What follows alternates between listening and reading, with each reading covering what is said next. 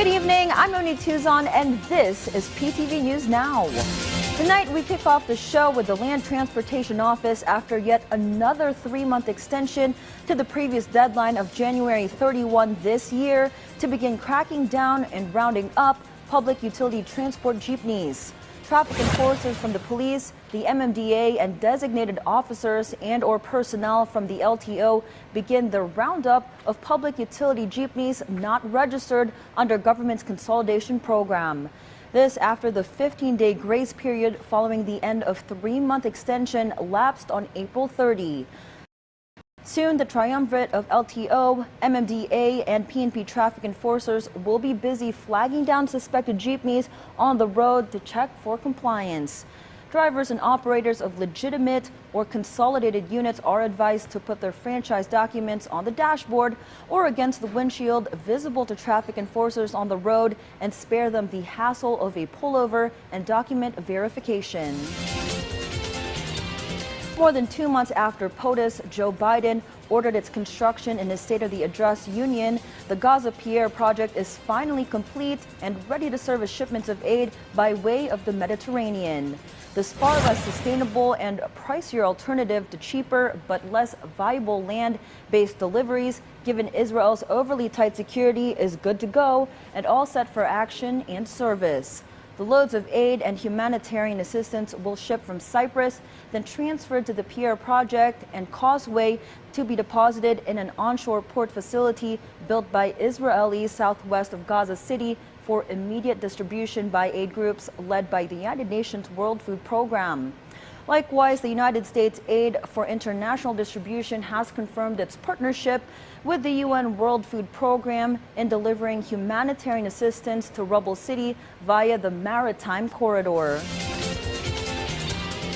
Russia's ramped-up bombing assault in Ukraine's second biggest city, Kharkiv, has galvanized U.S. commanders in Poland to prep themselves for a possible confrontation or action in the battlefield. VOA's Eastern Europe Bureau Chief Miroslava Gongadze has this report.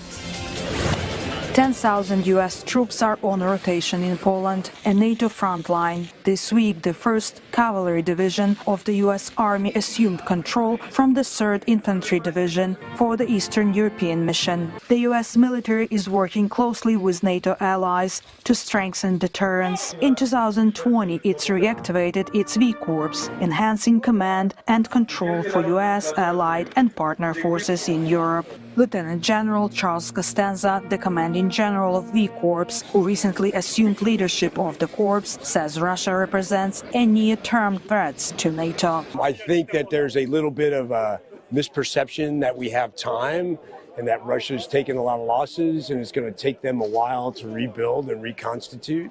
I don't have that view, and I think we need to be ready in the near term.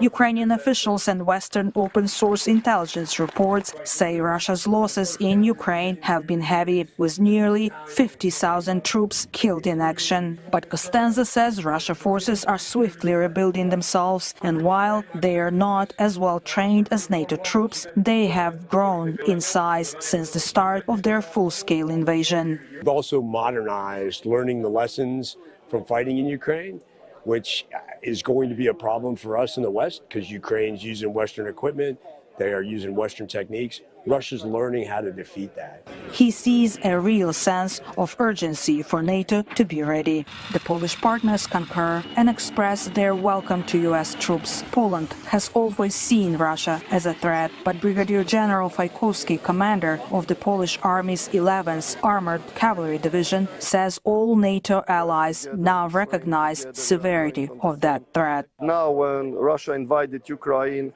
all masks are out. So now we know everything. Russians shows how they think, how they operate, and everything now is clear. He stresses how important it is for Poland to have U.S. troops stationed on its territory as a deterrent.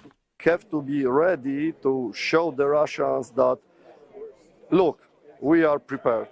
There is no way to invite us. If you invite even the smallest country like Latvia or Estonia, we are ready to face the threat.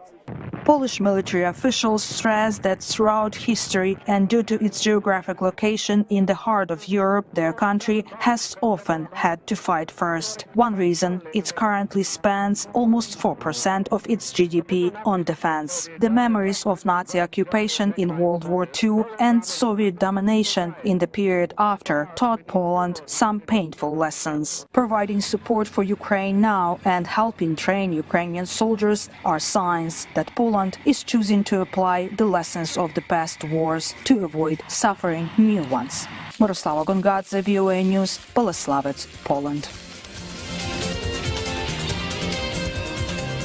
And at this moment, let's turn to PTV Studios in Pine City for the latest developments in the Cordilleras. Eddie Carta. May pagkarabi Pilipinas, nagtutuloy ang lumatlatak ti turismo ti Atok Benguet. Malaksit ka na iti napipintas ng spots, may taltalupay dito iti film tourism. Iti datos ti Atok Tourism Office, dumano na iti nasurok ka 90,000 na iti turista sa warungkar iti Atok. Dakkel ang nakatulong dito iti panangay bilang da iti tourism circuit ti Balik City. Nasurok may sa oras lang gamin ti biyahe agturong iti Atok. May samat lang at tututukan dati film tourism kapatay iti napalpalaba sa bulan. Adon da iti film creator ang nagturong iti Atok tapno ma-feature ti pintas ti lugar. Tapno mapaduras pa iti turismo iti ili. At dan da iti nakapila ang programa ti lokal na gobyerno. Ilang pakasaknan da ita ti parking space kaniti tourism spot. Iso panggabda makaipasdak iti kanayunan ng 400 parking slots amarugyan iti kabitan a panahon. Ang priority natin ngayon yung to provide signages sa mga tourism sites natin at mag-conduct tayo ng mga trainings para sa mga tourism stakeholders natin para mas gumaganda yung mga customer services natin. And at the same time, during the Foundation Day, we would be conducting itong Stakeholders Appreciation Night to acknowledge our tourism site owners.